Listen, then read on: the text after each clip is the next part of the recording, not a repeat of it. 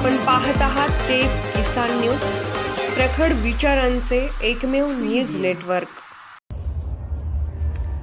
स्वामीजी, महाकुंभाविषयी सामान्य जनतेची अनेक मतमतांतर आहेत। याबद्दल महाकुंभाविषयी आणि महाकुंभ यावेळेस प्रयागराजमध्ये होते 144 वर्षांनी होत आहे, याबद्दल तुमचं काय मत आहे? सर्वात महत्त्वाची गोष्ट ही आहे की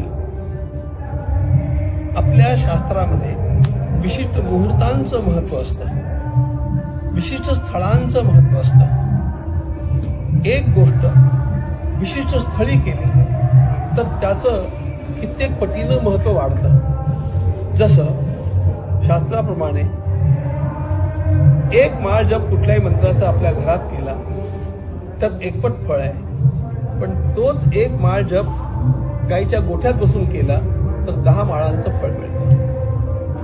तोच जर गंगेच्या तीरावरती केला तर 1000 माळांचं फळ मिळतं, आणि तोच जर आपल्या गुरूंच्या जवळ बसून केला तर अनंत फळ मिळतं। माळ एकच आहे, वेळ तितकाच लागणार आहे, स्थळ बदलल्याबरोबर त्याचं फळ बदललं। असं जसं जागेचं आहे तसंच मुहूर्तांचं पण आहे। या कुंभांच्या वेळेला जे मुहूर्त येतात त्या मुहूर्तांच्या मध्ये विशिष्ट प्रकारचा एक प्रभाव त्या जलामध्ये निर्माण झालेला असतो, आणि पौराणिक कथेप्रमाणे अमृताचे बिंदू ज्या ज्या ठिकाणी पडले त्या ठिकाणी त्या अमृताच्या बिंदूंचा प्रभाव आपल्याला मिळतो। आमच्या ऋषींची ही एक पद्धत आहे की कुठलीही शास्त्रीय गोष्ट ते एखाद्या कथेमध्ये बसून सांगतात, त्यामुळे लोकांना ती श्रद्धा म्हणून जास्त पटते। ती श्रद्धा आपली असावी, पण त्यातलं शास्त्र हे आहे की विशिष्ट प्रसंगी विशिष्ट मुहूर्तावरती त्या ठिकाणी वेगळ्या वेगळ्या प्रकारचे प्रभाव निर्माण होतात।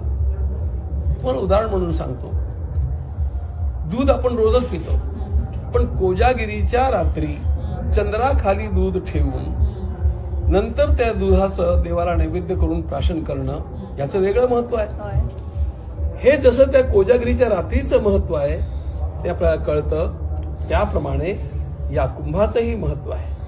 आणि यामध्ये गंगा, यमुना आणि सरस्वती या तीनही लोकमाता एकत्र होतात। प्रयाग हा तीर्थराज मानला गेलेला आहे, म्हणून या विशिष्ट मुहूर्तावरती या ठिकाणी स्नानाला अतिशय मोठं महत्व आहे। खूप धन्यवाद। हे आमचं अहोभाग्य की आम्ही यावेळेस इथे येऊ शकलो कुंभामध्ये।